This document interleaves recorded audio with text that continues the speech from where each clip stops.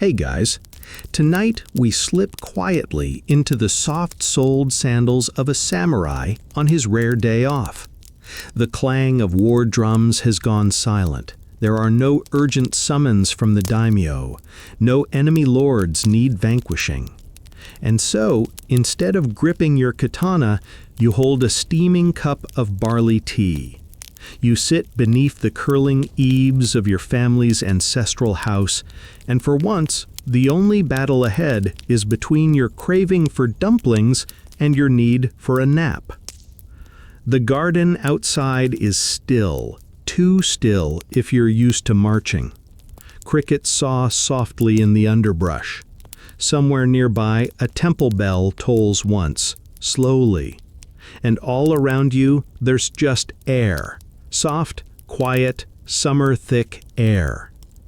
But don't let the peace fool you. Being a samurai on his day off is still, well, a job in itself. It takes effort to unwind with honor. The rituals of relaxation are just as precise as those of warfare. You don't just sit under a plum tree. You compose a haiku under a plum tree while pondering your ancestors' dreams and that neighbor who still hasn't returned your fan.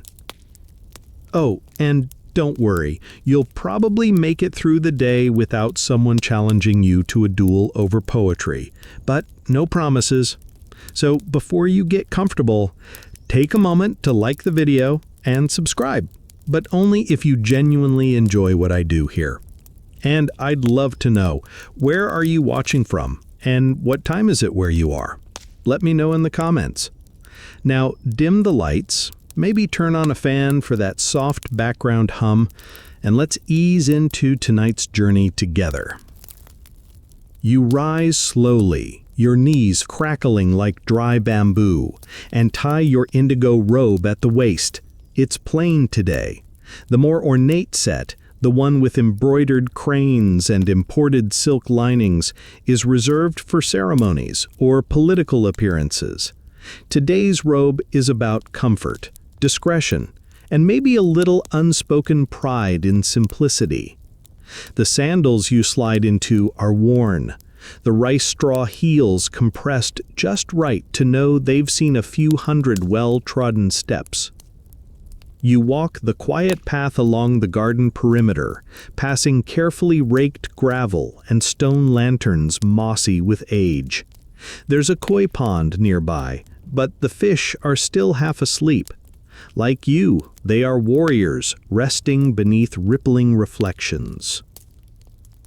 What does one do, truly, when there is no campaign to plan, no lord to advise, no enemy to correct? The answer is, you rediscover the small things. The things that make being a samurai not only a duty, but a craft. Some mornings, you may begin with a quiet inspection of your armor, not to wear it, just to admire it. The chest plate's lacquer catches the morning sun in a slow glow. Each cord still tight, every plate burnished and clean. You run your finger down the edge of your kabuto helmet and smile faintly, remembering the festival where a child mistook you for a dragon. Other times, you step into the courtyard and stretch your arms to the sky like a sleepy crane. A samurai must remain fit, after all, even on off days. The joints must flow, the tendons must stay obedient.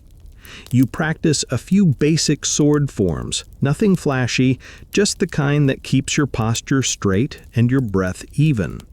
It's less about strength now, more about remembering who you are when no one is watching. Historians still argue whether samurai adhered strictly to a routine on their days off, or whether schedules were dictated more by the whims of one's mood and weather. But the truth likely lies in between. You do what feels right, while always keeping a touch of formality. After all, someone could stop by. A servant appears silently, holding a tray with pickled radish, steamed rice, and miso soup. You eat slowly, staring at the way light filters through the bamboo blinds. There's no rush. Even the radish seems to approve of your patience. Later, you might sit on the wooden Ngawa porch, legs dangling off the side like a lazy cat. You sip more tea, green this time, slightly bitter but cleansing. You watch a dragonfly land on the tip of your scabbard. It stares at you like it knows something. You stare back, amused. The standoff ends when a breeze shuffles it off toward the pines. And still, the day stretches forward like a narrow path through reeds. Time here is both precious and endless. A samurai does not fear boredom. He cultivates it like a bonsai, slowly, patiently, with occasional pruning. There's something to be said for noticing how slowly the clouds move when you're not busy marching beneath them. You spot one shaped like a rabbit, or is it a conch shell? Hard to say. That ambiguity is what poetry is for. You hear the faint crack of bamboo clackers in a neighbor's garden. Maybe they're watering the azaleas. Maybe they're on break today too.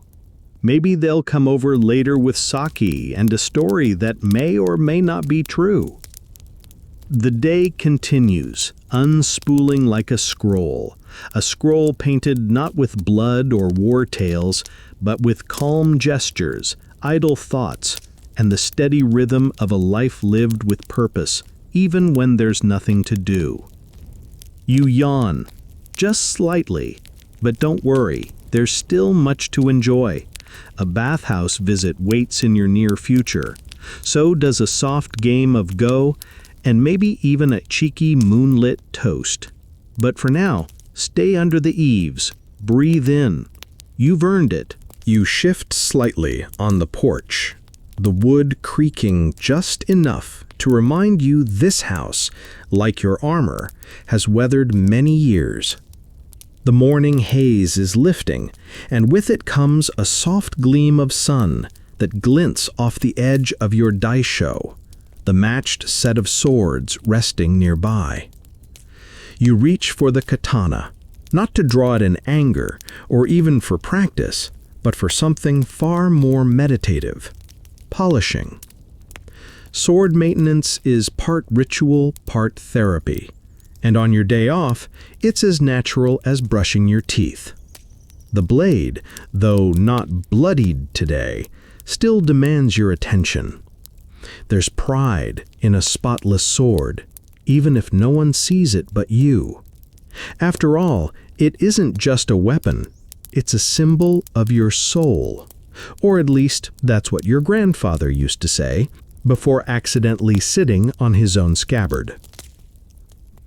You place the blade across your knees, unsheathing it slowly, respectfully. The whisper of steel against wood is barely audible, like a secret being told for the 100th time. You reach for your uchiko, a small cloth ball filled with polishing powder, and gently tap it across the blade. Puffs of white dot the steel like winter petals. Then begins the slow part, rubbing, buffing, smoothing. Historians still argue whether samurai polished their swords personally or delegated the task to skilled retainers or specialists, particularly during the Edo period, when peace made such duties less urgent. But for many, especially those with poetic inclinations, it was a moment of reflection. You're not just cleaning metal, you're communing with centuries of craftsmanship, of ancestral duty. Also, let's face it, there's something deeply satisfying about watching your reflection sharpen from blur to gleam. With each pass of the cloth, your fingers remember the balance of the blade, the weight at the hilt, the edge that once cut through armor, hopefully not just through that one folding screen in your youth. That incident still comes up every New Year's toast. You pause to hold the katana at eye level. The sunlight plays tricks across its hamon, the wavy temper line that runs along the edge. You tilt it slightly, just for the pleasure of watching it shimmer. It's said that some swordsmiths cried after completing a blade, not because of exhaustion, but because they knew nothing they made after would be quite as beautiful. Today, the sword is not for drawing, just admiring. After the katana, your hand drifts to the wakizashi, the shorter, companion blade. It's lighter, more personal. In battle, it might never leave your side. In peace, it sometimes serves stranger purposes, slicing fruit, trimming scrolls, or once, on that particularly awkward morning, opening a stubborn persimmon jar. You give it the same care, though with a touch more familiarity, like grooming a clever dog who sometimes chews your slippers. As you clean the tsuba, or guard, you note the carved chrysanthemum pattern, faded but still proud. You chose it years ago, not just for beauty, but because your mother loved chrysanthemums. She said they looked like tiny sunbursts. She also said swordplay was a phase you'd grow out of. You didn't. Some samurai collected swords, like some people collect inkstones or travel stories. Others held only one, passed down through generations, etched with the names of every ancestor who dared to lift it. You're somewhere in between, loyal to yours, but not above admiring a friend's new acquisition, especially if it came with a ridiculous legend attached. One traveling retainer once swore his blade was so sharp it could cut wind.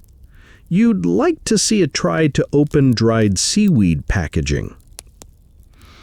After nearly an hour of gentle polishing, you wipe the blade clean, lay it reverently in its sheath, and rest it beside you. There's something different about it now. Not newer, but more awake. And maybe, in polishing it, you've sharpened something inside yourself, too. A cicada begins its rhythmic chant in the distance. You roll your shoulders and flex your wrists. Polishing is calm work, but surprisingly taxing if you do it right. You stand, stretch again, and gather the tools back into their lacquered box. There's satisfaction in seeing each piece neatly returned. Oiling cloth, powder, peg remover, like setting the stage for another day, another battle, or another oddly philosophical moment with your wakizashi and a bowl of apricots. Your stomach gives a small nudge. It might be time to think about food soon, or at least tea that tastes like metal shavings. But first, one more look at the swords, just to be sure. They sit there, perfectly still, gleaming in the light, like twin guardians of peace. On most days, they demand discipline. Today, they simply reward your care with silence. One final thought crosses your mind as you slide the box shut. The blade doesn't need to be drawn to be respected. Sometimes, the sharpest thing about being a samurai is knowing when to sit still and listen to your own breath between strokes of cloth. You exhale. The day continues. You tuck the sword polishing cloth away and slide the tray of tools beneath the low cedar bench. With your katana once again at rest, now gleaming with a smug sort of self-satisfaction, it's time to indulge in something a bit more immersive. A bath. Not just any bath, of course. This is no tepid splash in a wooden bucket behind the house. This is a full-on yuya visit, the public bathhouse. And while a warrior's day might begin with rituals of steel, it continues with rituals of steam. You wrap your robe a little tighter and slip into your worn sandals. The air outside is warming now, thick with the scent of pine resin and grilled soy. The village hums quietly. A rice merchant passes you with a curt bow. A child runs past carrying a wooden toy horse yelling something about samurai ghosts. You decide to take that as a compliment. The bathhouse stands at the corner of two quiet streets, marked by a flapping noren curtain printed with the character for hot. Behind it, heat, gossip, and a level of nudity that could humble the boldest warrior. But modesty isn't the samurai way, especially not when you're paying 2 mon for the privilege of communal steam. You step inside. The scent hits first. Cedarwood, damp tile, sulfur from mineral springs. It's a little like stepping into the lungs of a sleepy mountain. The clerk nods at you, not quite bowing. You're a familiar customer, and he's more interested in the half-finished shogi board behind him. Stripping is not dramatic.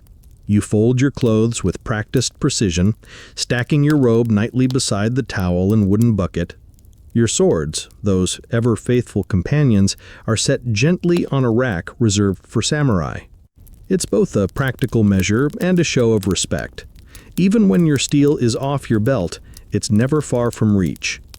The changing area leads to the washing station, where you sit on a tiny wooden stool that's probably too small for any adult vertebrae, but tradition is tradition. You scoop warm water over yourself, scrubbing away the sweat, dust, and metaphorical burdens of duty. Nearby, a farmer hums tunelessly. A monk flicks water off his earlobe. An elderly man explains to his grandson for the 5th time why never to point at someone with your chopsticks. You smile. Once clean, you ease into the bath. The water is hot, the kind of hot that insults your skin for the first 5 seconds before surrendering into something close to bliss. You lower yourself slowly, knees first, then shoulders, until only your nose and eyes remain above the surface. A moment later, you resemble a very relaxed carp. Here in the bathhouse, you are not a warrior, a retainer, or a political pawn. You are simply one among many humans seeking temporary relief from the demands of your role. Class distinctions blur slightly in steam. Merchants, artisans, monks, even fellow samurai, all soak side by side in a kind of truce enforced by scalding water and collective exhaustion. Historians still argue whether the average samurai frequented public baths as often as commoners, or if private household baths were more the norm among higher-ranked retainers, but evidence points to both. You, for one, enjoy the theater of it all. The way a whispered rumor echoes just right across the tile. The way the condensation clings to your hairline like morning dew on armor. Someone mentions the daimyo's pet monkey getting loose again.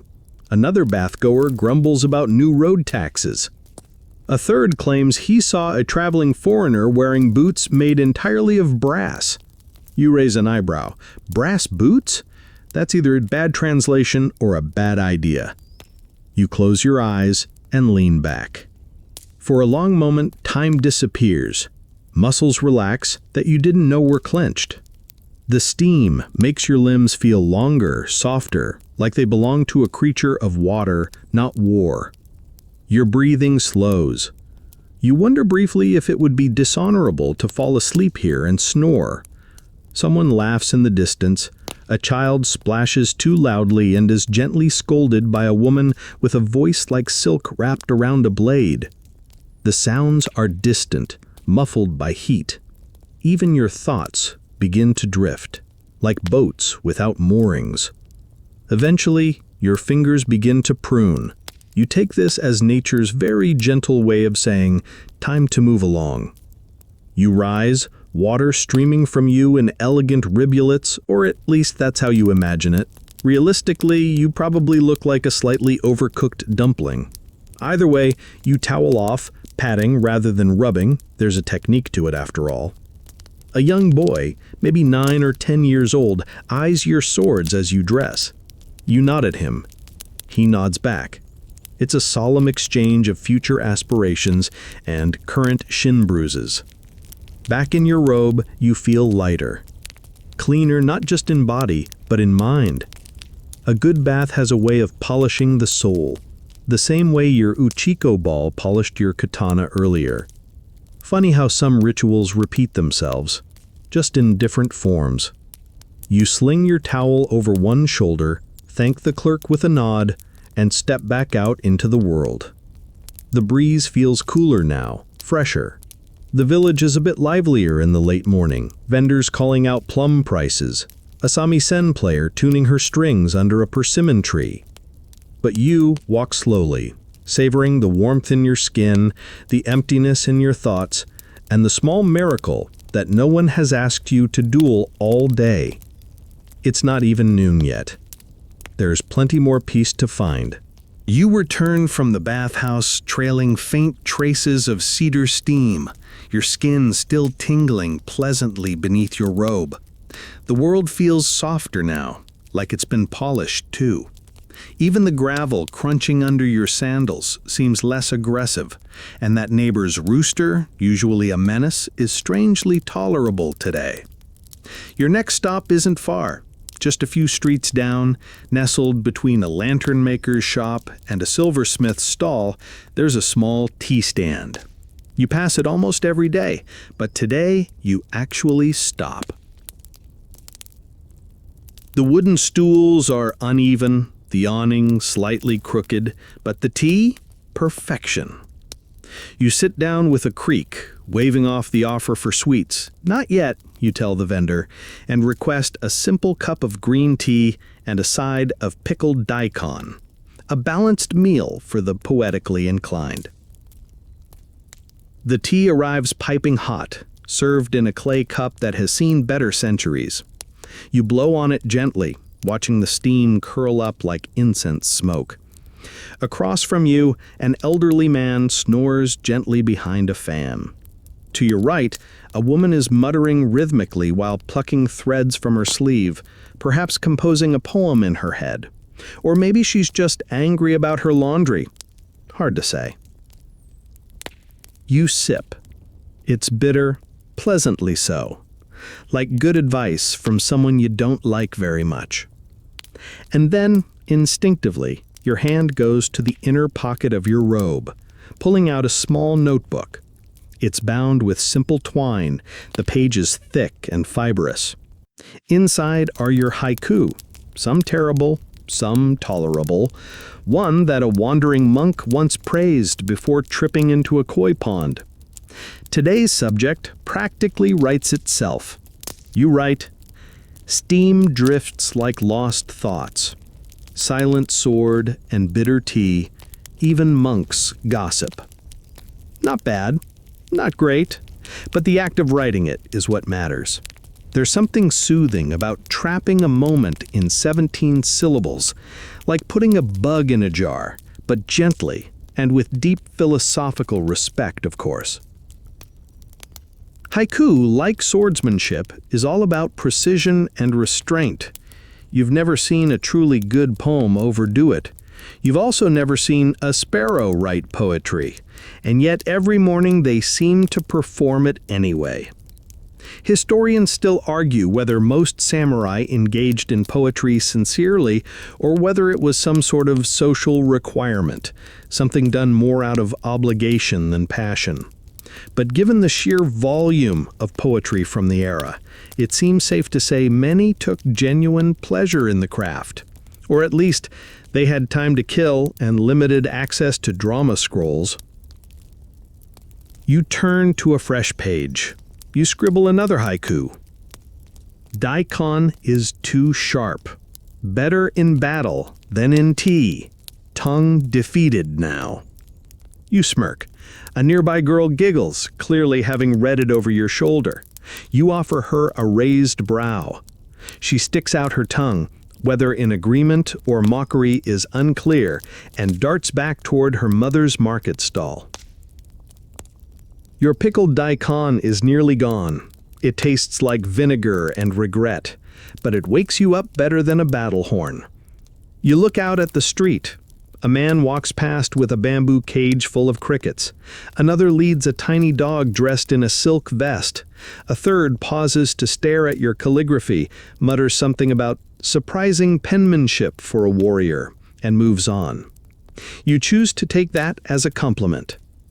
There's a strange stillness in the air, the kind that comes just before a midday lull. Even the wind seems to be napping. You decide to write one more haiku before you move on, the kind that tries just a little too hard. Even warriors take tea under plum blossoms. We all nap sometimes. You close your notebook. That'll do. As you stand to leave, the tea vendor bows. "Your usual table again tomorrow," he asks with a wink. You wave him off, amused. He knows full well that a samurai's schedule is about as unpredictable as a goose with a firecracker. Still, it's nice to pretend there's a routine here, that peace can be penciled in between sword drills and tea breaks. You stroll slowly away, belly full, mind calm. The weight of your sword is barely noticeable now. You're lighter, not just from the bath or the meal, but from the simple act of noticing things. The way the chopsticks crossed themselves, the uneven crack in the clay cup, the sound of someone whistling a folk tune that makes no sense but still fits the rhythm of your walk. There's a certain discipline in idleness, in making time for haiku and daikon, in choosing, even briefly, to sit still and listen to the world breathing. But don't get too comfortable. Soon your limbs will itch for movement again, your stance will demand correction, and the bamboo sword will call your name, not for war, but for a gentle dance under falling cherry blossoms. That part comes next. You walk with a new rhythm now. Calm, but tinged with that faint tension in your shoulders that only a samurai can identify. The lingering urge to move, to train, to sweat a little. Even rest days have their structure, and your body remembers. So when your feet find the worn path leading to the dojo, you don't resist. The gate is slightly ajar, creaking softly as you slide it open. Inside, the wooden floor glows golden in the slanted sun, polished not by lacquer, but by decades of footwork. No shouting, no drills, just silence and dust motes dancing like tiny warriors in the air. You're not here for formal combat, just a bit of light kata, flowing movements, breath control, and maybe a friendly spar if your old rival shows up again pretending he just happened to be in the area. You remove your robe, folding it neatly, and don your training gi. The fabric is soft, sweat-stained from old sessions, but as familiar as your own skin. In your hands now, a shinai, the bamboo sword. It's a humble thing compared to your katana, but that's the point. Bamboo doesn't kill, it teaches. You begin slowly, one stance, one breath. A downward strike, pause, lateral sweep, pause. The rhythm comes back, like it always does. Your feet whisper across the floor. Each movement is deliberate, shoulders soft, hips anchored, elbows loose but ready. You're not attacking an enemy, you're chasing a feeling. That perfect moment where breath, motion, and memory click into place like stones in a garden. Historians still debate how often samurai truly trained during the Tokugawa peace era. Some argue that as warfare declined, sword skills atrophied, replaced by bureaucracy and poetry. Others insist that training never ceased. It merely became subtler, more internal. Judging by your sweat-soaked brow and steady pulse, the second theory feels more accurate. You perform a fluid series of cuts, chaining them together without thought. Your body takes over, remembering details your brain has long forgotten, how to pivot just right, how to maintain eye level through a turning arc. how not to breathe too early at the end of a sequence. The dojo creaks quietly in rhythm with your footfalls. Then, a sound behind you. Footsteps. Familiar ones. A low chuckle. "Your left elbow's too high," says a voice you know far too well. You turn, grinning. There he is. Hayato, former sparring partner, current thorn in your side. Hair still wild, eyes still amused, she and I already slung across his shoulder like a fishing pole. "I meant to raise it," you reply, nodding at his ill-concealed smirk. "It's avant-garde technique, you wouldn't understand." He tosses you a towel. "Sure, shall we dance?" You face each other, feet squared. There's no bow, no announcement. You've done this 1,000 times before. The first few strikes are playful, light taps and parried swings. You both hold back, the way cats do when they're pretending not to fight. But soon the pace builds. Your bamboo blades slap and hum with each connection. The air fills with sharp breaths and the rhythmic tap of bare feet on wood. You dodge low. He lunges. You counter with a sweeping arc. He grunts approval. You smirk mid-parry. He scowls with theatrical disappointment. It's all very formal, very honorable, and very, very petty. And then you both freeze. Simultaneous draw, points even. Again. This happens every time. You're both too stubborn to lose and too old to care. You break into laughter first. Hayato follows, lowering his shinai and wiping sweat from his temple. "Next time I'm bringing sake," he mutters. "I'll bring the poetry," you nod. You cool down with stretches, simple ones, the kind that make your back pop like a rain drum. Hayato lies flat on the floor, staring at the ceiling. "Do you ever miss it?" he asks, not looking at you. "The war or the chaos?" He shrugs. "Both." You don't answer immediately. You just watch the light shift along the beams above, a slow march of gold across wood. "No," you say at last, "I miss having a reason to train until my arms fall off, but not the reason itself." He nods. "Same." You rise, towel off, and retrieve your robe. The dojo is quieter now, filled with that unique post-training silence, peaceful but buzzing with energy. As you walk out together, Hayato elbows you gently. Your elbow was too high, though. "I'm still going to beat you at Go later," you reply. "Lies," he grins. You part ways at the fork in the road. He turns left toward the market stalls, probably to chase snacks or trouble. You head right, back toward the garden where your swords rest, and the tea is cooling by now. The training is done. The sweat has dried, but your body feels lighter, looser, like a river after a storm, all its kinks finally untangled. You might be off duty today, but your blade wasn't the only thing that needed sharpening. You return home with the quiet satisfaction of someone who's moved just enough to earn lunch, but not enough to require a nap. Yet. Your muscles hum like a plucked string. Your robe clings slightly with leftover sweat, and your stomach is beginning to lodge a gentle complaint. But before you feed it, there's another indulgence to check on. Your kimono order. It's not vanity. Well, okay, maybe a little. But in truth, your clothes speak for you before your mouth ever opens. A formal kimono says, "This man has honor." A simpler one, "This man has nothing to prove." And the one you're picking up today? This man might be going to a moon viewing party later and wants to look casually majestic. You stroll into the tailor's shop, ducking under wind chimes made of bronze and deer horn. The air inside smells of starch, cedar drawers, and ambition. "Ah, Samurai Dono," comes the warm greeting from the back.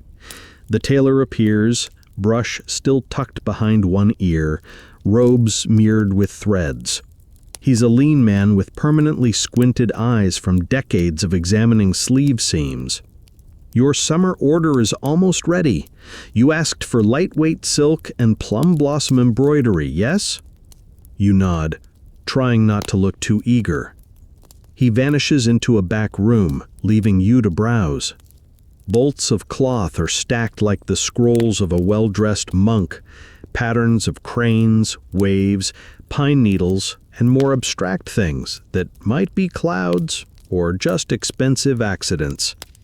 There's a new print pinned to the wall, a kabuki actor in a flaming red robe patterned with screaming raccoons. You blink. Fashion really is a battlefield. When the tailor returns, he carries your kimono like it's made of mist. The color is a soft charcoal gray, with a faint overlay of plum blossoms trailing along the hem, like they were caught in the wind and decided to stay. It's understated, poetic. Also, it'll hide ink stains when you inevitably spill calligraphy all over yourself again. You run your fingers over the fabric. It's light as air, cool to the touch. Perfect for warm evenings filled with moonlight, sake, and exaggerated tales of past battles. The tailor eyes your reaction. He asks, "You want the sleeves a bit wider? Current trend leans toward more billowy." You pause. Wider sleeves mean more elegance, but also more risk of dragging them through soup. There's a historical debate here, honestly. Historians still argue whether sleeve width in late Edo fashion symbolized philosophical detachment or simply a desire to hide snacks. You decide to compromise. Half a palm wider, but no ruffles. He bows deeply, as though you've just saved him from aesthetic disgrace. You try it on behind a modesty screen. The silk drapes perfectly. You step out and examine yourself in the polished bronze mirror. For a brief moment, you don't look like someone who just wrestled your friend in a dojo 2 hours ago. You look composed, balanced, like a man who could give sage advice and then vanish mysteriously into a foggy forest. You look like someone who drinks tea while reciting love poems, says the tailor, smirking. Better than looking like someone who cries into their sake alone, you reply. You finalize the order, pay him with a few neatly stacked coins, and promise to pick up the finished piece before the weekends. He bows again, this time with a little flourish. Back outside, the sun is bright, and the street is livelier now. Children dart between stalls. A dog with suspicious eyes eyes your sandal strings. Vendors shout prices you suspect change based on your outfit. A man offers you grilled fish on a stick. You accept it, because you are, after all, human. You take a slow bite. The fish is crispy, salty, and a little overcooked, just the way you like it. You chew while walking, careful not to drip any oil onto your newly acquired elegance. Later, at home, you lay the kimono over a wooden rack to air it out. The plum blossoms seem to shift in the light, as if stirred by a gentle breeze. You wonder what your grandfather would have thought. Probably would have asked why there weren't any dragons on it. You sit beside it for a moment, sipping tea and letting your legs dangle from the porch again. You think about sleeves. You think about whether you're really too old to try crimson dye. You think about how much care it takes to make something that looks effortless. A plum blossom falls from the tree beside you, landing near the hem. You pick it up, tuck it behind your ear, and whisper to no one in particular, "Not bad for a rest day." Your stomach rumbles again. This time it means business, which is just as well. There's a tea house nearby, and they say the matcha is strong today. Besides, someone always says something ridiculous there, and you're due for a good rumor. You leave your house with your new kimono safely hung, the scent of plum blossoms still clinging faintly to your sleeve. The breeze has shifted, cooler now, the kind that stirs the edge of your robe and makes you feel vaguely mysterious. Or maybe that's just the way it sways when you're slightly hungry and trying to look deliberate. You're headed for a familiar corner, tucked between the outer gardens and the edge of town. There, nestled among rustling bamboo and the scent of moss, is a small Shinto shrine. Not a grand one, no torii towering above the trees or golden bells the size of your ego, just a modest little spot. Quiet, slightly crooked, but dependable, like your second-best pair of sandals. You step through the simple gate, bowing your head slightly, because that's what you do. The courtyard is empty except for a pair of cats sunbathing on a stone fox statue and an elderly priest sweeping leaves with a brush that seems more ceremonial than effective. You offer a soft osore irimasu, and the priest nods, not breaking his rhythm. You suspect he's been sweeping the same 4 leaves for 30 years. It's strangely comforting. You approach the shrine steps. The wood creaks beneath your weight, tired but still strong. You reach for the bell rope, thick, fraying, full of intent, and give it a gentle shake. The bell rings out with a deep, hollow dong that sounds like a yawn from the sky. Hands together, you bow twice, clap twice, bow once more. Then you pause. What do you wish for? More days like this? Less plum vinegar on your pickles?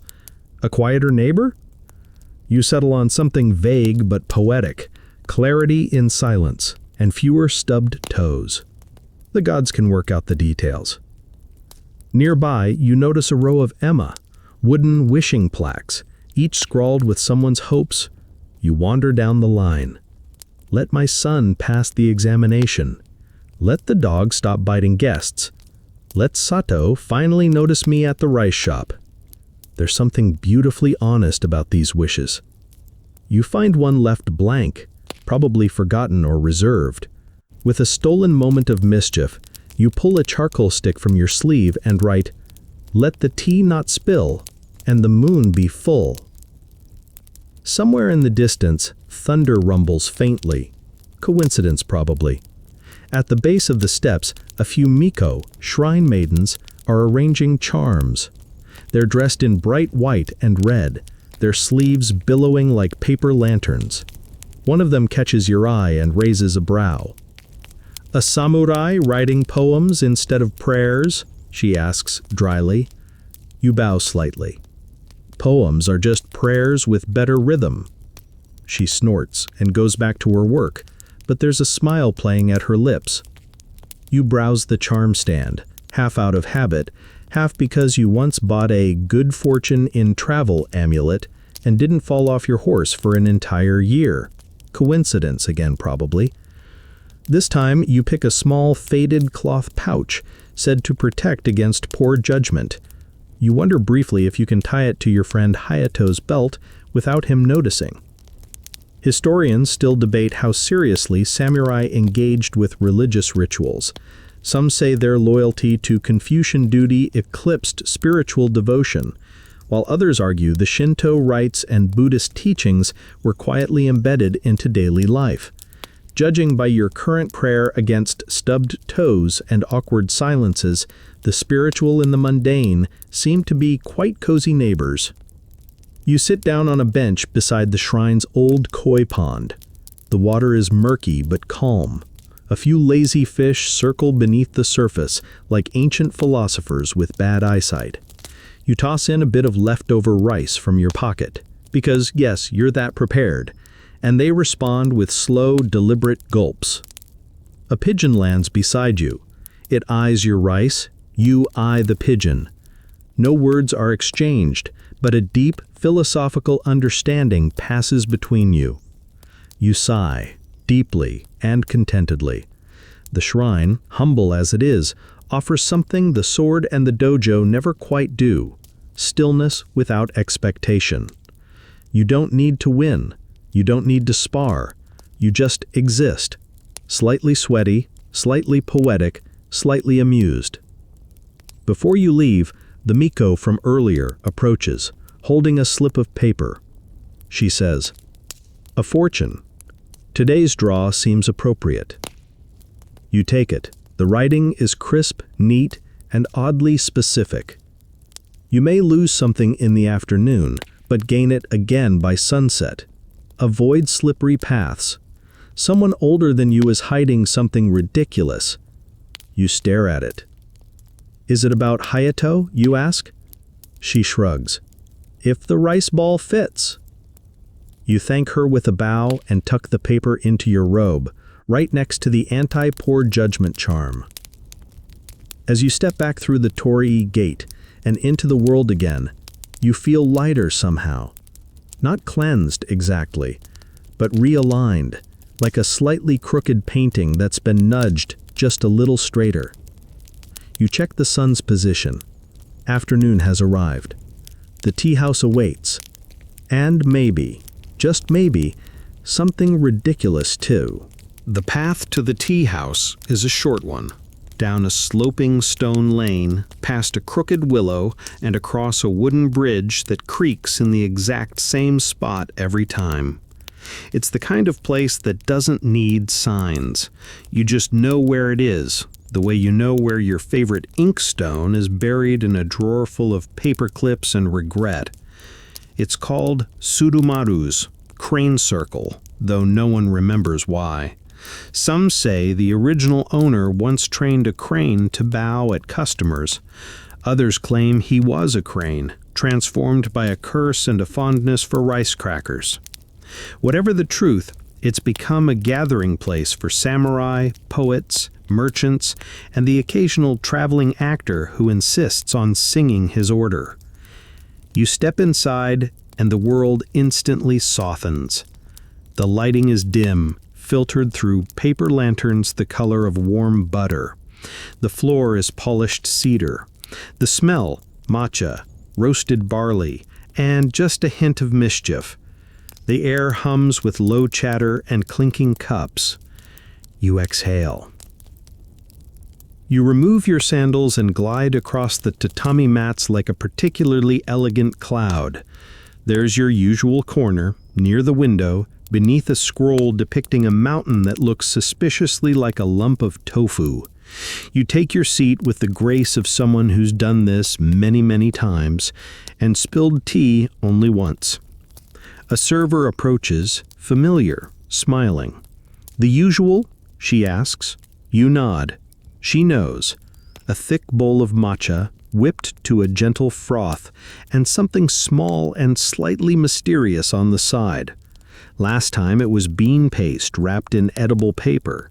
The time before that, a sweet shaped like a carp that collapsed into pure sugar as soon as you bit it. Today's side treat arrives looking like a pine cone made of rice and citrus peel. You eye it suspiciously. It eyes you back, or at least seems to. You eat it anyway. It's oddly crunchy, oddly sweet, oddly satisfying, much like your whole day. The tea is excellent. Bitter, grassy, hot. The kind of flavor that makes your eyebrows raise slightly and your shoulders drop at the same time. You sip slowly, no rush. This is sacred ground. All around you, conversation hums like bees inside a scroll painting. Soft, indirect, full of implication and raised eyebrows. Two merchants whisper about silk shortages in Kyoto. A retainer nearby complains about his daimyo's new obsession with imported clocks. They tick all the time, even when nothing's happening. Across the room, a kabuki actor in exaggerated eyeliner is telling someone, anyone, that his next role involves flying across the stage while delivering a monologue in mid-air. You're not sure whether to be impressed or worried. And then, of course, the rumor. It starts at a nearby table. Two women, leaning close, fanning themselves dramatically despite the tea house being quite breezy. You catch only fragments. Absolutely refuse to eat the pickles. With a monkey again. and then he tripped over the rice drum. You lean in just slightly, keeping your face expressionless. It's an art, this, eavesdropping while pretending to meditate on your tea. Apparently, says one of the women in a scandalized whisper, the daimyo's favorite dog now has his own title. The other gasps. A title? Yes, Assistant of Regional Serenity. They held a ceremony and everything. You nearly snort your tea. A dog with a title. Assistant of Regional Serenity. You wonder if the dog gave a speech or just barked once and sat on the paperwork. Historians still argue whether pets in the Edo period were truly elevated to status symbols or merely amusing novelties for the elite. But in some domains, records do show lavish spending on dogs, cats, and even, yes, cranes. Some lords had entire staff dedicated to animal care. You suppose the political climate must be very stable if bureaucracy has time to honor a pug. You write a haiku on your napkin. Matcha froths gently. The dog holds court in silence. Tail wags like justice.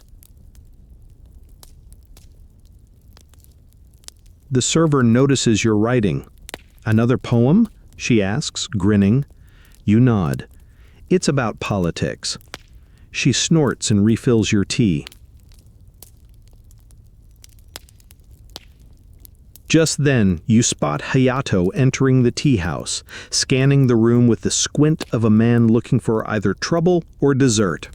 He spots you, grins, and makes his way over with the swagger of someone who's already half listened to 3 conversations on the way in. You hear about the dog? He asks as he sits. Assistant of Regional Serenity, you reply. Truly, our nation is in safe pause. He shakes his head, laughing. I came here to relax, not to question reality. You toast him with your tea. As the afternoon sun filters through the rice paper windows, you both fall into the kind of quiet that only comes after good matcha and better nonsense. Time stretches. You sip. He sighs. A cat jumps onto the sill and curls into a comma of contentment. And for a moment, everything, rumors, robes, rice pine cones, honorary dogs, feels exactly as it should. You linger in the tea house long enough for the light outside to shift from yellow to a soft, silvery gray. Hayato, having devoured not 1 but 2 servings of roasted chestnut sweets, finally decides to leave before I become part of the furniture. He bows, over-dramatically as always, and vanishes with the dramatic swish of a man whose entire exit is a performance. You take your time finishing the last sips of your matcha, now gone lukewarm and slightly bitterer with the passing hour. The tea, like your day, has deepened in flavor, and while the social hum of the tea house carries on around you, you feel a new itch in your fingertips, an old habit surfacing after too much quiet conversation.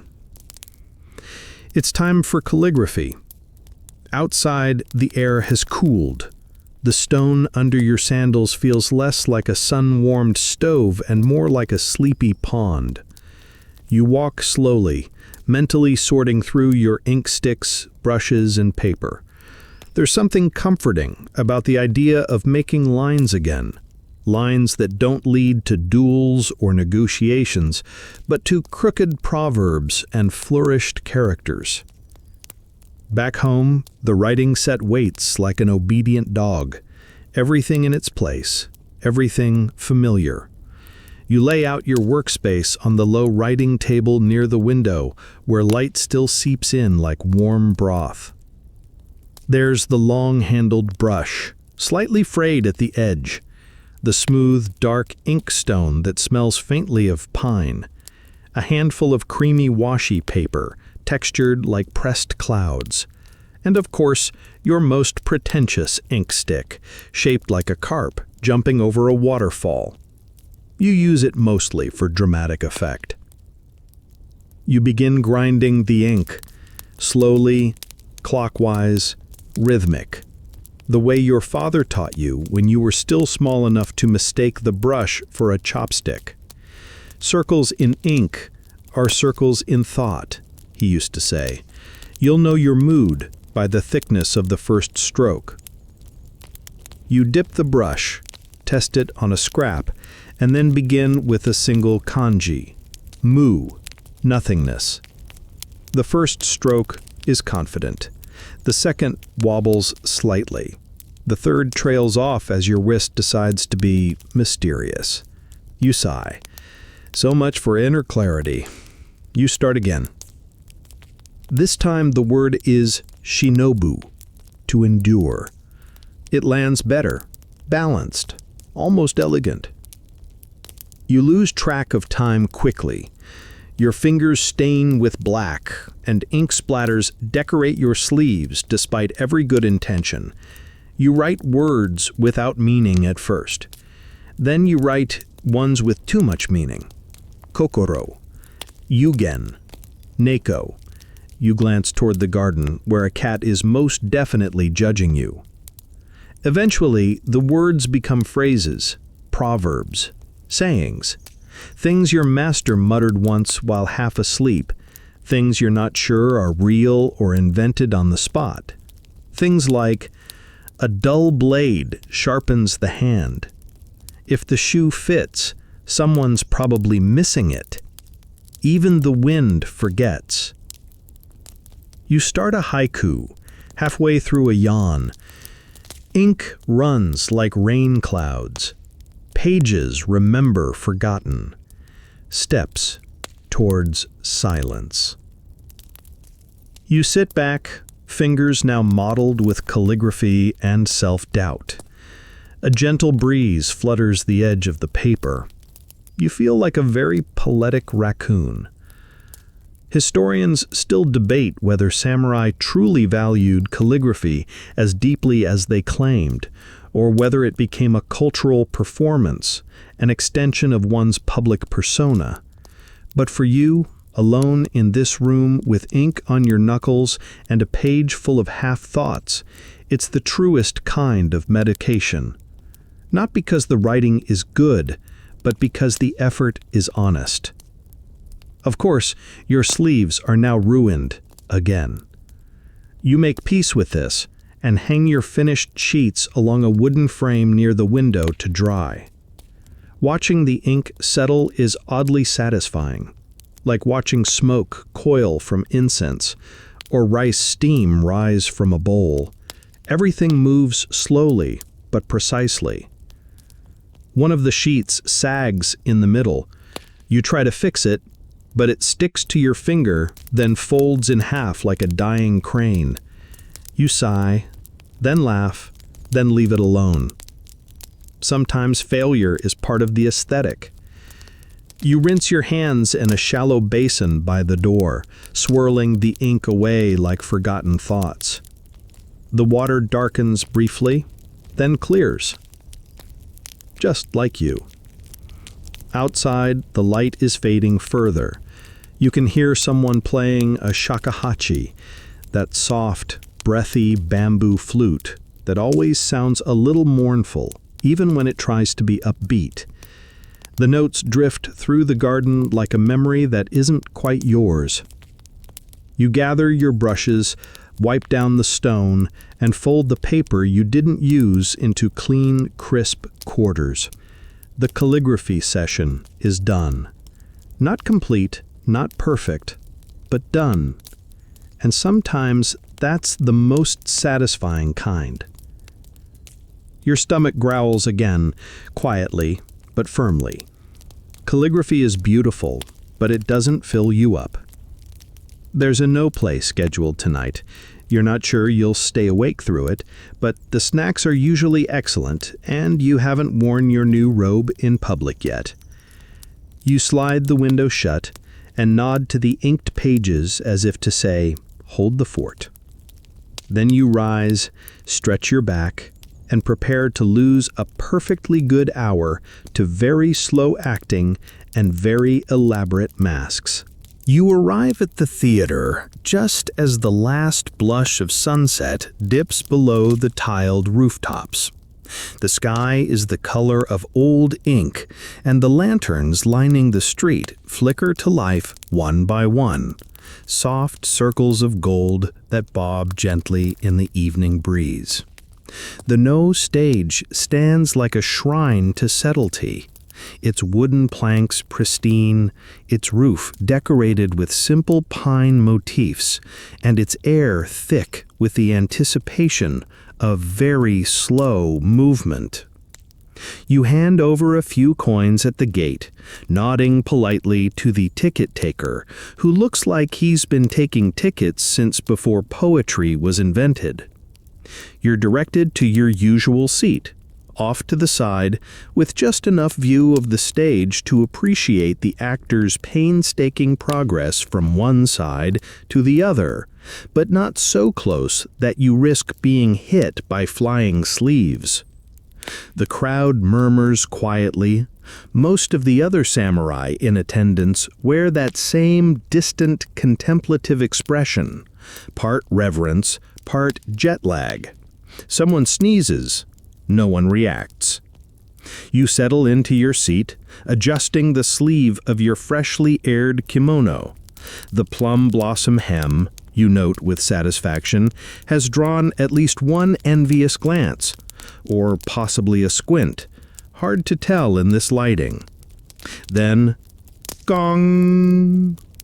The flute begins, a high, breathy note like a sigh escaping a ghost's diary. The chorus hums low and deep. The sound vibrates through the floor into your feet. It's soothing, like a lullaby being whispered from behind a screen. The actor steps on stage, very slowly. He takes 2 steps. He pauses. You blink. He takes another step. You briefly consider whether you've aged a year already. You've seen this play before. Atsumori, you think. The tragic tale of a young warrior killed in battle, returned as a ghost, and trapped between pride and forgiveness. A classic. There's a fan involved, possibly a flute. Definitely a lot of deliberate walking and emotional pacing. The actor's mask is stunning. Carved wood, painted with just enough detail to make you wonder if it's weeping or smirking. The fan in his hand opens like a secret. He turns slowly, raises the fan slowly, speaks a line in a voice so slow and stylized it feels like molasses being sung through a straw. And yet, you find yourself drawn in. Because behind the glacial pace and ancient ritual, there's something else, a kind of timeless ache, a recognition of sorrow too old to shout, too formal to cry, just present, like ink soaked into paper. Historians still debate the samurai's relationship with No. Some say they merely sponsored it for status. Others argue it served as a mirror, showing warriors what they could become, forgotten, remembered, mourned, mythologized. Watching Atsumori, you begin to understand both views. You are neither in battle nor in peace. You're in the space between, just like the ghost. Beside you, someone stifles a yawn. You nod internally. You too have felt the No yawn creeping in. It's not disrespect. It's part of the experience. The pace is so hypnotic, so delicately slow, that your brain begins to loosen its grip on time. You start counting pine boards on the stage. There are 11, maybe 12. The actor has taken 7 steps now, you think.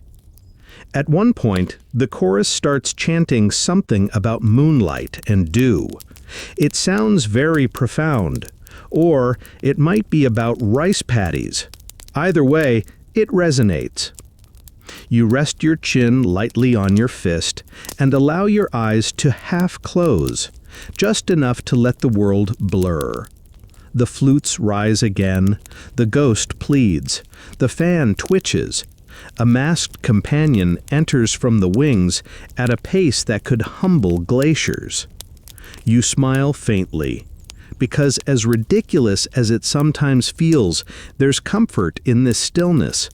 It's the kind of art that doesn't ask for applause.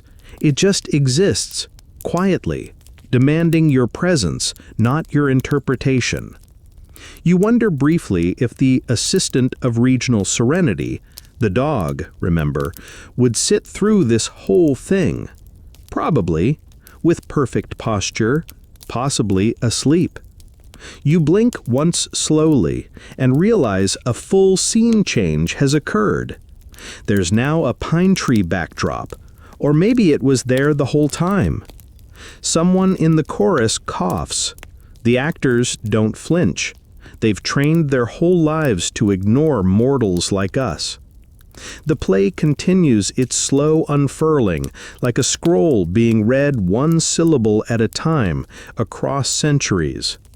Eventually, the ghost finds peace, or at least a particularly graceful exit pose.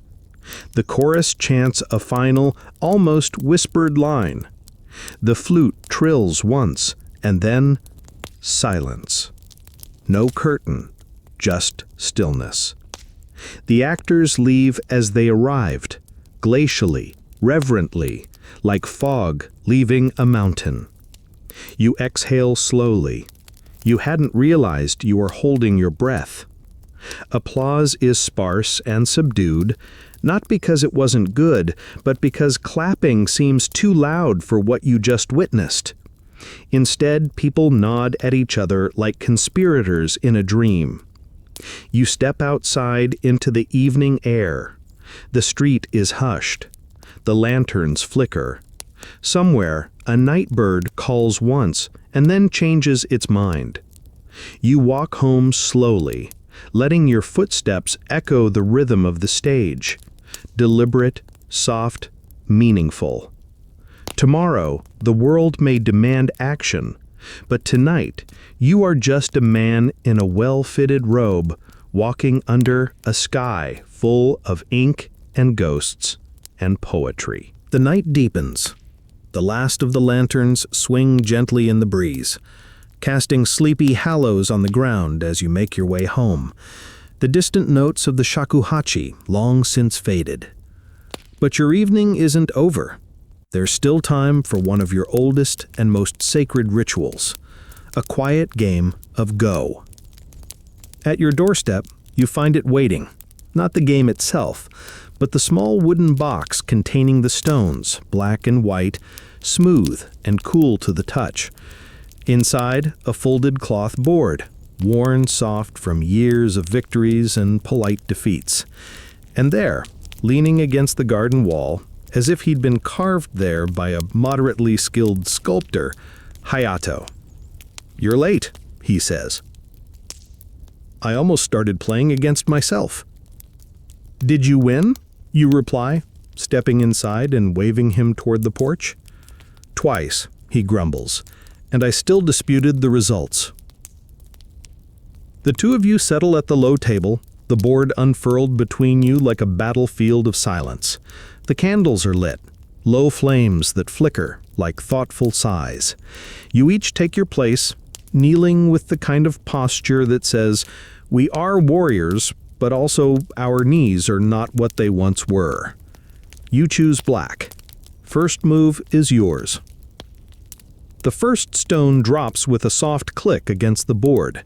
That sound, stone on wood, is the heart of Go. It's not aggressive, not boastful, just a declaration. I am here. Hayato answers with white, placed diagonally. He's testing you already. You both know how this will go. Not the moves necessarily, but the mood. A quiet dance of strategy, wrapped in old jokes and subtle revenge. The first few moves come easily, establishing corners, feeling out the rhythm. You occasionally glance up, watching his face. He does the same. Neither of you is especially good at bluffing, but the illusion is important. You remember when you tried to use go strategy during an actual spar? He says casually, placing a stone. I won that match. You tripped over your own hakama and head-butted me. That's not strategy. You smile. It was effective. You both laugh quietly, the kind of laugh that doesn't need to be loud, to mean something. Historians still debate the exact role of go in samurai life. Some argue it was merely a pastime for court nobles and idle strategists. Others suggest it was essential, training the mind in patience, long-term planning, and the discipline of restraint. For you and Hayato, it's all of that, and also an excuse to mock each other gently without drawing blades. The center of the board begins to fill. Stones form small constellations, each group pressing against the others, jockeying for space like polite arguments. You find yourself absorbed, your thoughts narrow, quieting the day's noise, the play, the shrine, the clumsy haiku, even the whispering miko. Click, click, click. The air thickens as the board grows more complex. This is no longer friendly meandering. It's war in miniature, full of traps and lures, with each stone a silent soldier.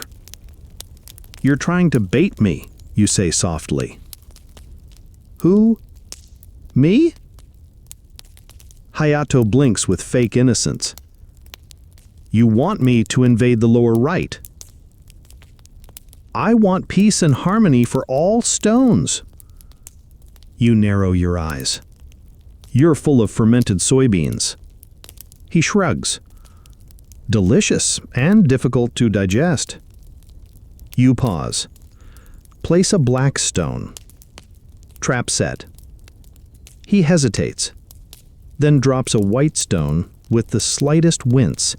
He knows he walked into it, but the game continues. Because in Go, even when captured, a clever player finds life somewhere else on the board. It's never about domination. It's about balance, presence, knowing when to concede a skirmish to win the shape of the land. As the game enters its final phase, the moves slow. You both lean in more, squinting at shapes that weren't there a minute ago. The tension is real now, not because of pride, but because you both know what this game is. A conversation. And no one wants to be the one to end it. But it must end. Hayato places his final stone and leans back with a sigh. I regret nothing, he says. You should. That corner was a disaster. A calculated disaster. Very artistic. You count the captured stones together. Tally the territories. The final verdict, black wins. You win, he says. You bow slightly. We both lost to the moonlight. He snorts. Now that's a haiku. You gathered the stones together in their separate bowls, the soft clatter soothing, like rain in a teacup. The board is folded. The table is cleared. Silence settles. In. Again. Comfortable now. Like a favorite robe. Hayato stretches and groans. Next time, we play something that doesn't involve bending over. What, like kendo? Touché, he says with a groan.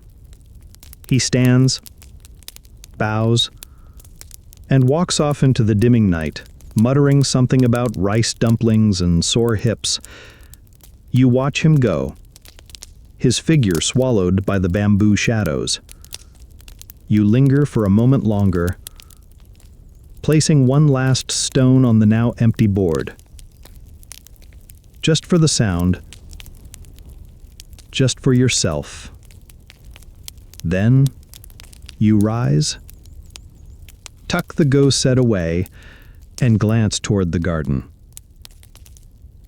The koi are still awake. And if you're quiet, they might even come to greet you. The night air has cooled even further, the kind of gentle chill that nudges you to wrap your robe just a little tighter around your shoulders. You pad quietly out into the garden, wooden sandals brushing against stepping stones worn smooth by time and habit. The moon is rising now, a pale coin caught halfway in the branches of the plum tree. Crickets sing their usual uneven chorus, and just ahead, beneath the shade of maple leaves, your koi pond glimmers softly in the dark. It's not grand, it never was meant to be, a shallow basin with moss-covered rocks, a bent bamboo spout trickling water into the surface with a hollow plunk. But it's yours, and the koi, plump, lazy, mildly judgmental creatures, are waiting.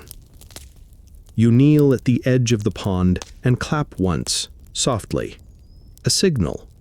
Not an official one, just something you started doing years ago. And like always, there's a delay. A long, suspicious pause. Then ripples. One by one, the fish emerge like suspicious old scholars. The orange one with the chipped dorsal fin, the speckled white one with a tragic sense of drama, the large gold one that looks like it's seen things no carp should. You pull a paper packet from your sleeve and pinch out a few crumbs, bits of rice cracker, dried seaweed, and crushed roasted barley. Gourmet by koi standards. You sprinkle it over the water. The feeding frenzy is not frenzied. It's more of a deliberate waddle, a slow, slurping ballet, each fish rising just enough to gulp, then drifting downward with great dignity, as if to say, I could have gotten that faster, but I'm not in the mood to impress you. You sit back on your heels, watching them feed. There's something strangely soothing about their aimless navigation, the way they drift and turn like thoughts that almost became ideas. You've watched these same fish since they were barely larger than your finger. Now they're fat, slow, and unbothered by the world's expectations. In many ways, they're living the samurai dream. Historians still argue about the role of koi in samurai gardens. Were they status symbols, meditative companions, or merely decoration to impress passing officials? Likely, they were all three. But to you, they're something simpler. A reminder to slow down, to let the day finish the way it started, unhurried, unforced, and slightly wet. You toss in another pinch. One of the fish, whom you've quietly named General Gills, tries to catch it midair and fails spectacularly. The splash is minor. His pride, however, may take time to recover. From somewhere behind you, a bamboo fountain clacks, that gentle toke sound of the shishi odoshi tipping over meant to scare away deer, but now just serving as punctuation for the garden's thoughts. You glance at the stones nearby, shaped to resemble mountains and islands. There's a story in every placement, a principle in every pebble.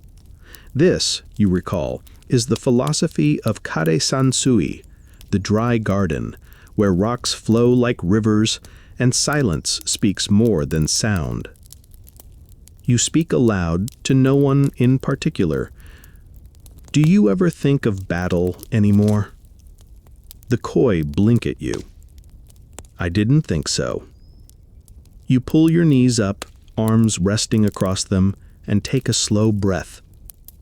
The night smells like wet leaves, ink, and your new robe, now lightly dusted with garden moss. Worth it. A toad croaks somewhere behind a stone. A breeze rustles the maple leaves. The garden is alive in its own sleepy way. You could sit here for hours, letting your thoughts tangle with the ripples. But you know yourself. Eventually you'll start composing haiku again, and you've already humiliated yourself enough today with that matcha-induced metaphor about tail-wagging justice. Still, the moment is too perfect not to try just one. Koi circle slowly. Fat generals without war. Peace tastes like barley.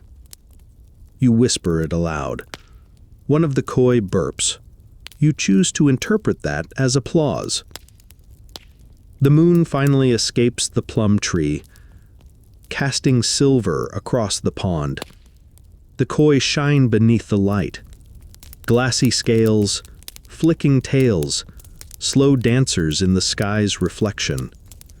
It's hard not to see them as symbols. Hard not to think everything means something more when you're this still, this quiet, this far from noise and duty.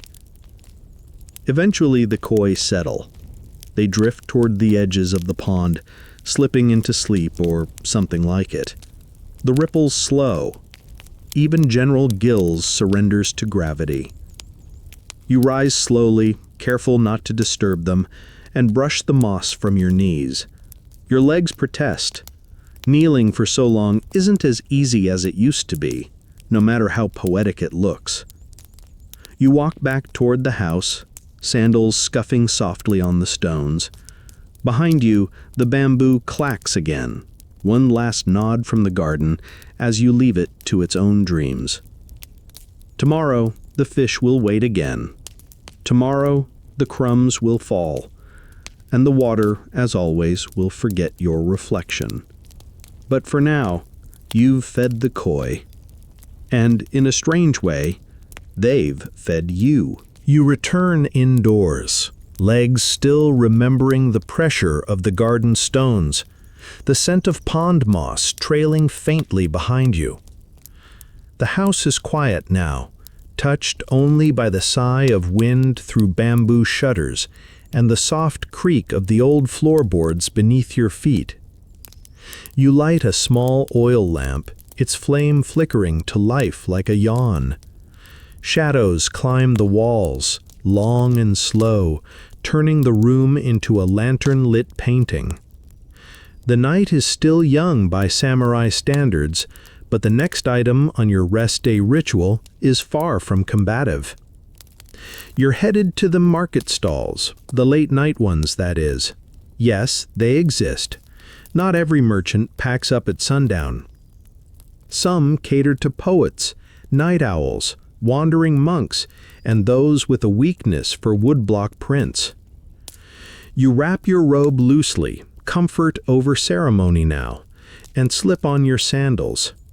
The streets are quieter, but not empty.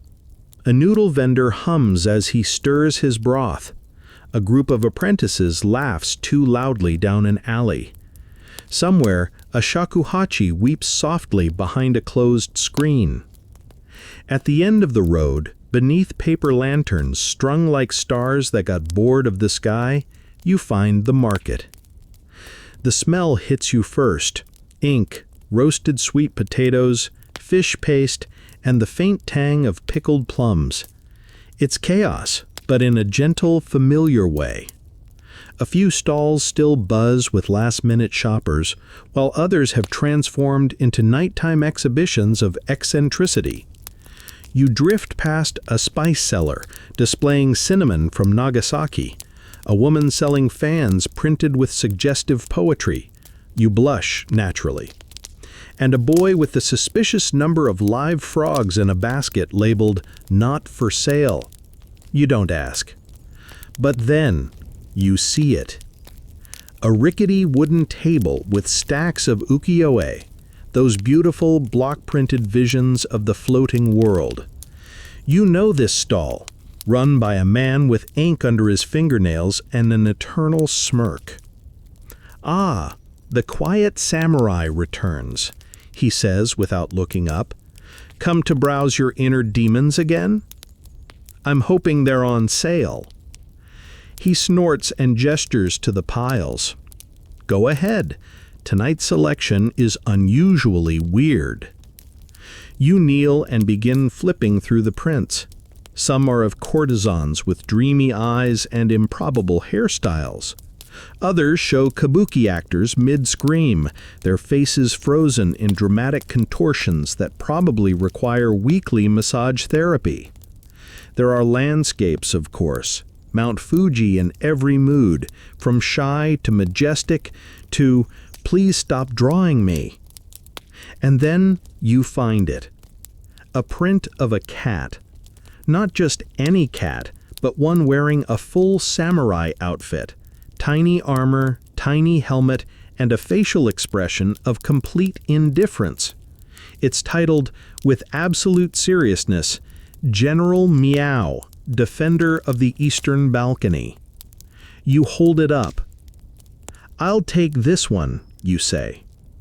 The vendor peers at it and raises an eyebrow. A bold choice. Many find him intimidating. I'm not many. He chuckles and wraps it carefully in mulberry paper. "You always go for the strange ones." "It's because they feel familiar." You pay, more than it's probably worth, but art is about value, not price. Besides, General Meow speaks to your soul. Probably says things like, "Today we nap, tomorrow we conquer the cushion." Historians still argue about the cultural significance of animal-themed ukiyo-e. Some believe they were social satire.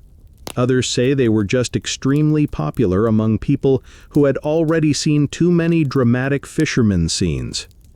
Either way, the samurai cat genre holds a special place in your heart. Dignity and absurdity, side by side. You continue browsing. You find a landscape of a garden not unlike your own, mist curling over stepping stones, koi barely visible in the inky water. You consider it, but decide one print per evening is restraint enough. You do, however, buy a small pouch of roasted chestnuts. Hayato would approve. On your way back, you pass the frog boy again. He's now counting them, aloud, backwards. You still don't ask. The lanterns sway gently in the breeze, casting rippling shadows over the road. You walk slowly, print tucked under your arm, chestnuts warm against your palm. The air smells less like market now and more like wood smoke and night. Back home, you unroll the cat print and prop it against the ink shelf. It stares back at you with the quiet command of someone who's done nothing all day and feels no guilt about it. You salute him with your last chestnut. You eat slowly, thinking about all the things you didn't buy. The bamboo flute, the carved comb, the painting of a crane playing dice with a tanuki. Maybe next time. You lie back on your futon, letting the chestnut's warmth settle in your belly. And for a long moment, you stare at the ceiling, thinking of nothing in particular. Just the hum of the market, the brush of paper lantern light, and the look in that cat's eyes. The market has quieted. Even the frogs are, thankfully, silent now. You lie back on your futon, belly full of chestnuts, mind full of ukiyo-e cats, and arms draped lazily across your chest, like you're waiting to be immortalized in a very specific, very niche kind of painting. But before sleep, there is one final samurai tradition to uphold on a rest day: the moon viewing party. You rise with a groan. Not because you're reluctant, but because you've officially reached the point in the evening where standing up requires negotiation with your knees. You throw on your robe, yes, the new one with the plum blossoms, because elegance doesn't clock out, and make your way out to the back garden. You're not alone, of course. A few neighbors and retainers have gathered in the clearing beneath the maple and pine, seated on cushions or leaning on porch pillars. A low table sits in the middle, modestly piled with sweet rice cakes, sake cups, and a small vase of pampas grass. The wind tugs gently at the grass blades, like someone softly stroking a sleeping cat. "Ah, finally," Hayato says as you approach. "We were worried you were abducted by the frog merchant." "He offered me a life of adventure," you reply, "but I declined. I'm more of a coy person." Laughter hums through the group like a well-tuned biwa string. You take a seat next to Hayato, whose hair now points in 5 directions, and accept a sake cup with the reverence of someone who knows this won't be their last tonight. The rice wine is slightly warm, sweet, rich, with just enough kick to make the moon look extra round. Above you, the sky is ink dark and cloudless, and there it is, the harvest moon. Full and fat, hanging low and golden like a coin in a lacquer box. You tilt your head, cup cradled in your hand, and exhale slowly. It's absurdly beautiful. Unreasonably so. It almost makes up for the hours of slow-motion theater and cat-themed economic decisions earlier. Almost. Someone begins reciting poetry. You're not sure who. It could be one of the miko from the shrine, or just someone with a naturally poetic voice. The verse floats out into the cool air. Under moon's cold light, even shadows sit and sip, waiting for nothing. You nod appreciatively. Even Hayato claps once, which for him is effusive praise. You take another sip. The sake has a way of unfurling slowly in your chest. You feel your shoulders drop, your eyelids soften, your thoughts stretch into wider shapes. "Do you remember the moon from that march to Owari?" Hayato asks suddenly. You do. It was small that night, a sliver. The sky had been overcast, the road muddy. You were younger, hungrier, and far less concerned with robe embroidery. "We thought it was an omen," you say. "It was," he nods. "An omen that we should have brought more dumplings." More laughter, the kind that rolls easily, like pebbles down a hill. A woman at the far end of the group pulls out a shamisen and begins to pluck a soft melody. It's not a song you recognize, maybe something local or improvised, but it works. The notes are as much silence as sound, giving your mind room to float between them. You lay back, robe loose now, cushion half under you, and gaze upward. The moon doesn't just shine, it watches. Like the koi, like the general meow print, like your katana on the rack. Quiet, unblinking, endlessly patient. Someone passes you a sweet, tsukimi dango, a moon-viewing dumpling, soft and chewy, with a faint hint of chestnut. You eat it slowly, wondering if the moon is flattered or offended by how many people bake things in its image.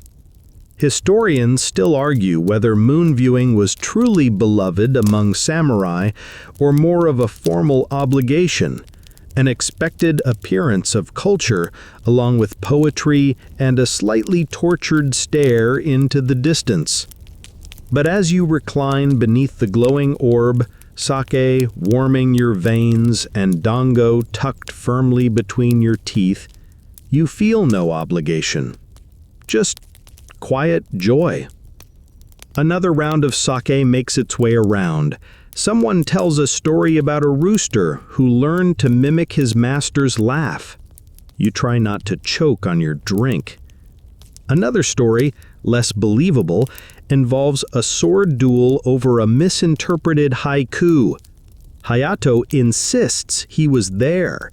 You very much doubt this. The night deepens, the music drifts. A few guests begin to doze where they sit, heads tilted like flowers nodding in moonlight. You stretch out fully now, robe half askew, hair probably a mess. It doesn't matter. The moon does not judge your fashion choices. You whisper a poem into the air just to see if it echoes. Even samurai dream beneath the silver moon, sake on their breath. No one replies, but a breeze passes over you as if in approval. The moon remains, steady, bright, present, and so are you. Eventually, the sake slows. The shamisen slips into silence. The guests drift away in twos and threes, robes fluttering gently in the night air like autumn leaves reluctant to fall. Some bow deeply before departing. Others offer sleepy murmurs of farewell. Hayato, of course, simply mutters, "Don't die in your sleep," and stumbles off into the shadows, trailing laughter and half a rice dumpling. You remain on your cushion a little longer, staring at the moon like it owes you an answer. It doesn't give one. It never does. But it also never looks away. You rise slowly, swaying just slightly, and gather the last few cups and scattered sweets into a small tray. The garden smells of sweet grass and cold stone. A few insects chirp in lazy rhythms. Somewhere, faintly, a nightjar sings a note that sounds like someone sighing into a lacquered box. Back inside, the house greets you with stillness. The lamp you left burning is down to its last flickers, casting shadows that stretch and lean like tired monks. You blow it out gently, and the room folds inward like a closing scroll. You change out of your robe with slow, practiced hands, folding it carefully, despite the faint sake stain at the hem. The plum blossoms, you think, have survived worse. You place it neatly on its hook and stand there for a moment, undecided. Your swords, resting nearby, catch a silver gleam from the moonlight streaming through the shutter. You bow slightly toward them, not dramatically, just enough to acknowledge their presence, their silence, their patience. The futon calls, soft, creased, and already warm from the earlier nap you pretended wasn't a nap. You lower yourself into it with all the grace of a man who's fought no battles today, but somehow feels like he's earned a medal for emotional endurance. The ceiling above you is plain, familiar. Wood beams, faint spider webs in corners you'll never clean. A crack shaped vaguely like a horse, or a turnip, or both. Your eyes trace it over and over until the shape becomes nonsense again. Your body sinks, not collapses, sinks, slowly like a koi descending beneath the waterline. Everything begins to float.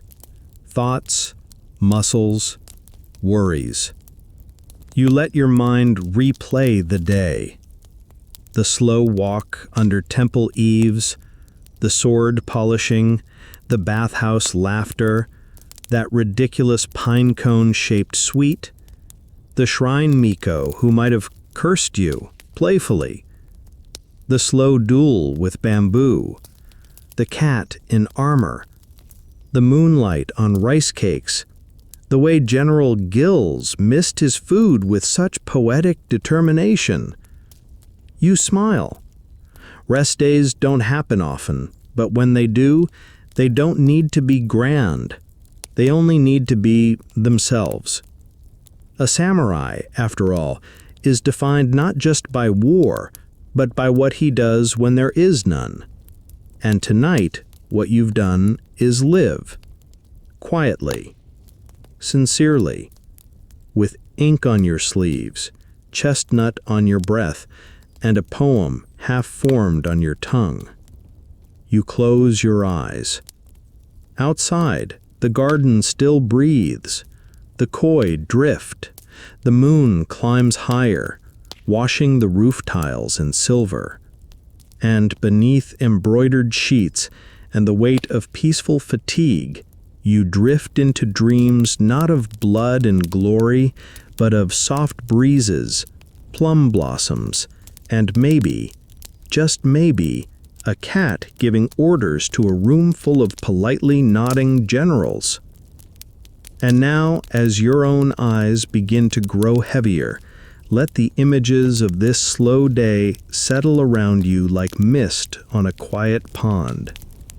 Feel the weight of your limbs ease into the mattress. Let your breath soften, each exhale like the creak of a paper lantern swinging gently in the dark. There's nothing left to do tonight. No sword to polish, no poem to revise, no koi to feed. All the small rituals are done. All the quiet moments have folded into each other like silk.